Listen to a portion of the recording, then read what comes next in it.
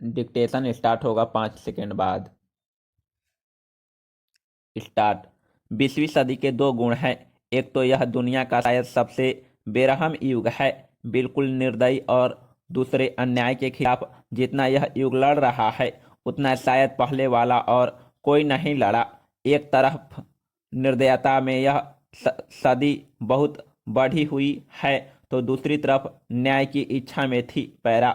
निर्दयता के नमूने मुझे ज्यादा नहीं देने हैं, खाली एक तो यह कि आज़ादी की जो लड़ाई हुई है उनमें साम्राज्यशाही देशों ने गुलाम देशों का कितने खून बहाया है, करोड़ों की तादाद में। जैसे कांगो में पिछले 70-80 वर्ष में कोई 60 लाख आदमी किसी न किसी रूप में मार डाले गए हैं। इसी तरह साम्राज्यशाही ने और दूसरे तत्वों ने भी शोषण इतना जबरदस्त किया है कि चाहे हिंदुस्तान जैसे देश में तोप बंदूक से ज्यादा जाने न ली हो, लेकिन जैसे अकाल एक ही अकाल में युद्ध के जमाने बंगाल में कुछ कहते हैं 40 लाख, कुछ कहते हैं 60 लाख आदमी मरे। जर्मनी में हिटलर दल ने 50 लाख यहूदियों को जैसे कोई पदार्थ हो, वस्तु हो, वैसे खत्म किया। इसमें कोई शक नहीं होना चाहिए कि यह एक बहुत बेरहम सदी है। पैरा। अन्याय के खिलाफ लड़ने में मैं शुरू में केवल गिनाए देता हूँ कि किन किन चीज़ों के खिलाफ आज इंसान दुनिया के करीब करीब हर हिस्से में लड़ रहा है। करीब करीब एक साथ पहले तो ऐसा होता था कि किसी एक देश में न्याय की भावना जागती थी तो और दूसरे देशों में वह दबी हुई रहती थी।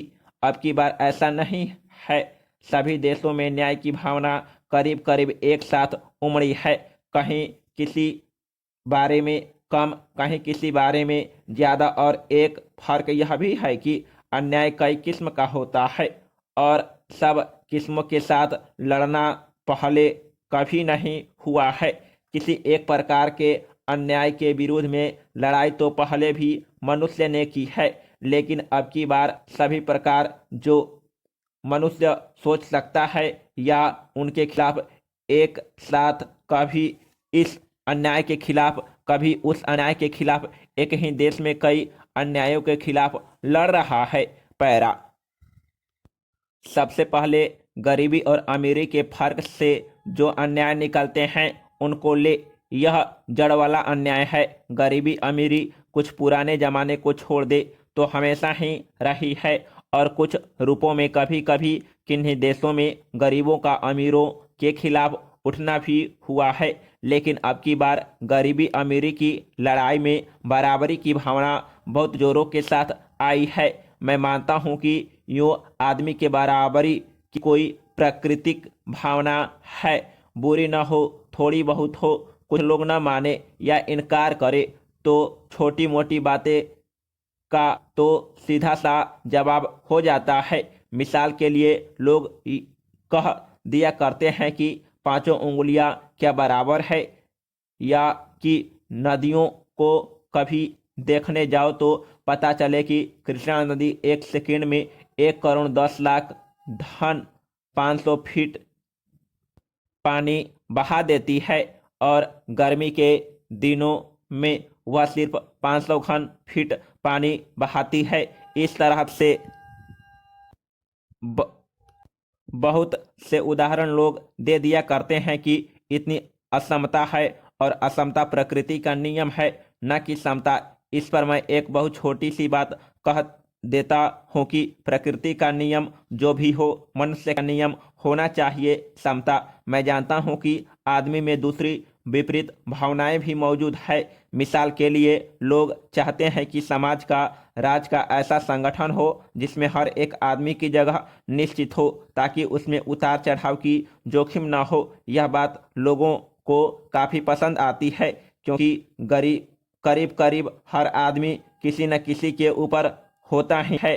जैसे हिंदुस्तान के समाज में बहुत दबे हुए लोगों को बहुत प्रसन्नता इस बात की रहती है कि उनके नीचे भी तो कोई ना कोई है।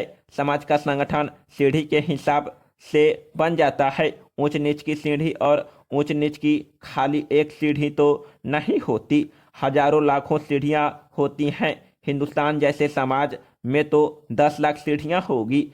पैसे की आमदनी के हिसाब से भी और समाज में समान के हिसाब से भी मान लो कोई आदमी 9 लाखवीं सीढ़ी पर बैठा हुआ है तो वह इस बात से इतना नहीं घबराता कि उसके ऊपर इतने लोग बैठे हुए हैं। वह इसी बात से खुश है कि चलो हमारे नीचे भी 1 लाख तो हैं ही।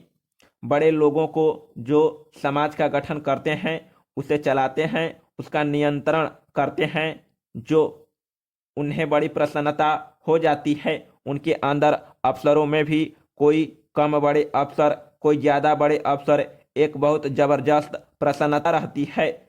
अकबर न सही मान सिंह है तो मान सिंह को खुशी इस बात की रहती है कि उसकी अपनी एक जगह है। इसी तरह से जो समाज बहुत गरीब बन जाता है उसमें बराबरी की भूख इतनी जल्दी नहीं लगती है, क्योंकि उसकी इच्छा और उद्देश्य प्रायः केवल पेट भरने का हो जाता है या पेट भरने से थोड़ा ज़्यादा हो जाता है। इसलिए हिंदुस्तान जैसे देश में साधारण जनता यानी गरीब आदमी क्रांति को इतना नहीं समझेगा जितना कि राहत वाली राजनीति को, वह बराबरी को इतना नहीं समझेगा जितना कि बरखा बख्शिश को। उसको अगर थोड़ा बहुत पैसा मिलता रहे जितने की उसको आकांक्षा है तो वह इसे ज़्यादा पसंद करेगा, चाहे वह पैसा और समाज में उसका स्थान बहुत नीचे दर्जे का हो। लेकिन कुछ मिला तो सही, जहां आदमी बहुत भूखा, बहुत नंगा है, बहुत दबा और गिरा हुआ है, वहां वह थोड़ी बहुत छोटी मोटी राहत की चीज़ों से प्रसन्न हो जाया करता है। और उसकी बराबरी की इच्छा कोई ऐसे सपने के जगत की काल्पनिक चीज मालूम होती है कि उसके लिए वह कुछ बहुत चिंता या सोच विचार करने को तैयार नहीं होता। ऐसा देखा गया है, लेकिन यह खाली तुलनात्मक या सापेक्ष बात कह रहा हूँ। ऐसा ना समझना कि हमेशा के लिए एक भूखे और बहुत गरीब देश का गरीब आदमी क्रांति के बजाय राहत की राजनीति को, बराबरी के बजाय बख्शिश वाली नीति को पसंद करेगा।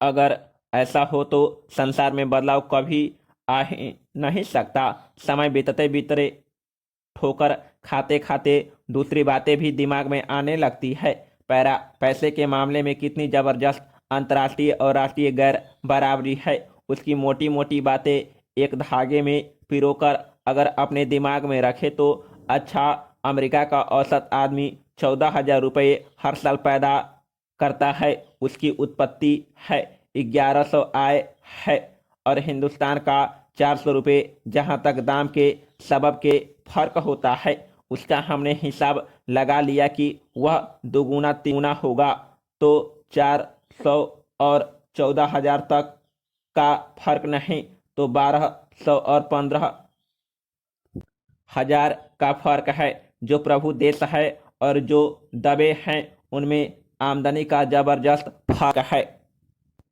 उसी तरह के से दिमाग फर्क भी इतना जबरदस्त है कि यूरोप का साधारण से साधारण आदमी संसार की जो जरूरी चीज़ें हैं उनके बारे में हमारे जैसे देश के पढ़े से पढ़े आदमी से अच्छा होता है, क्योंकि उसकी अभ्यास है, वह उस समाज में फलता फूलता है, उसका वातावरण की चीज़ों को वह सूंघ सा लेता है, उसके साथ वह